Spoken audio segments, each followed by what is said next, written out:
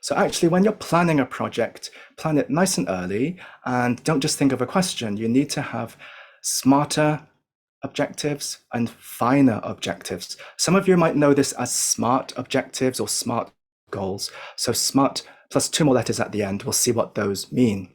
So of course, we want a specific or sound project, which is clear and defined and focused, and a high quality plan. There have to be measurable endpoints that you can measure and quantify and track the progress of the research project. It's got to be achievable, not like the example before, just the global prevalence of any disease. So it's got to be doable with time and resources. It's got to be relevant. Sometimes it's realistic or results oriented for the R, which means that you need a real world use or application. And of course, the research has to be valid. And T for time bound or timed, meaning you need a time frame, deadlines. E is for ethical, whether your experiments or studies deal with animals, humans, or the environment. And R is recorded, reviewed, and revised. So you do need to write a protocol and then get your colleagues to check it and revise it to see if it is feasible and realistic. So SMART would just be SMART, but these days we've added E and R for smarter objectives. Finer stands for feasible, interesting, novel, ethical, and relevant. So a similar idea. So actually, when you're planning a research project, it's got to be smart, smarter, and finer. Now, the planning, of course, happens early on. So there is a project cycle. You need a good research question at the beginning. So this means you need to develop a specific and useful research question and goal. You need to actually do a lot of research called an environment scan or needs analysis, basically a very thorough literature review. And it's not good enough just to look at the literature. You need to ask around who will benefit from your study. So you need to do a stakeholder consultation and also competitor analysis. There's no point doing a study that someone else is already doing.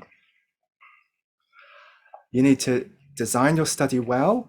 It's got to have good objectives, good methods, and you write your detailed protocol plus a data management plan. How you handle your data is going to be part of your study. Get feedback, as we said, and then seek ethics approval. Select your team and prepare your realistic timeline and budget and apply for funding. So this is what we will talk about today. Then you follow the protocol, make the purchases that you need, and then do the actual study, collect, analyze data, and then go to conferences, prepare early presentations, and get lots of feedback to improve your study if it's not finished yet, or to improve the way you report it. You can upload preprints, or before you make your research public, it could be patentable, so apply for a patent early. And your funder will require you to write progress reports. At the end, you write up your research, you write up an end of project report for your funder, and then you share your article, share your data, but then your work isn't finished. You have to do knowledge exchange and start promoting your work so that it gets disseminated to a wide audience, and you can actually put your results into practice to make your research output, that's your papers and data, make them have outcomes and impact. We don't mean impact factor, we're talking about societal impact.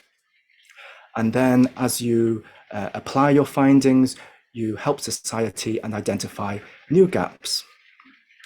Now, this knowledge exchange part is quite important now because you have to prove your work is having an effect in society, and you're making an effort to go beyond just a published paper.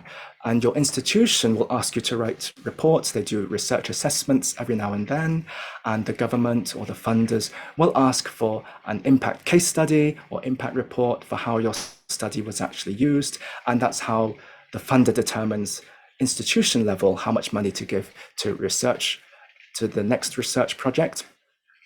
And your own future grant applications will depend on the success and impact of your past work.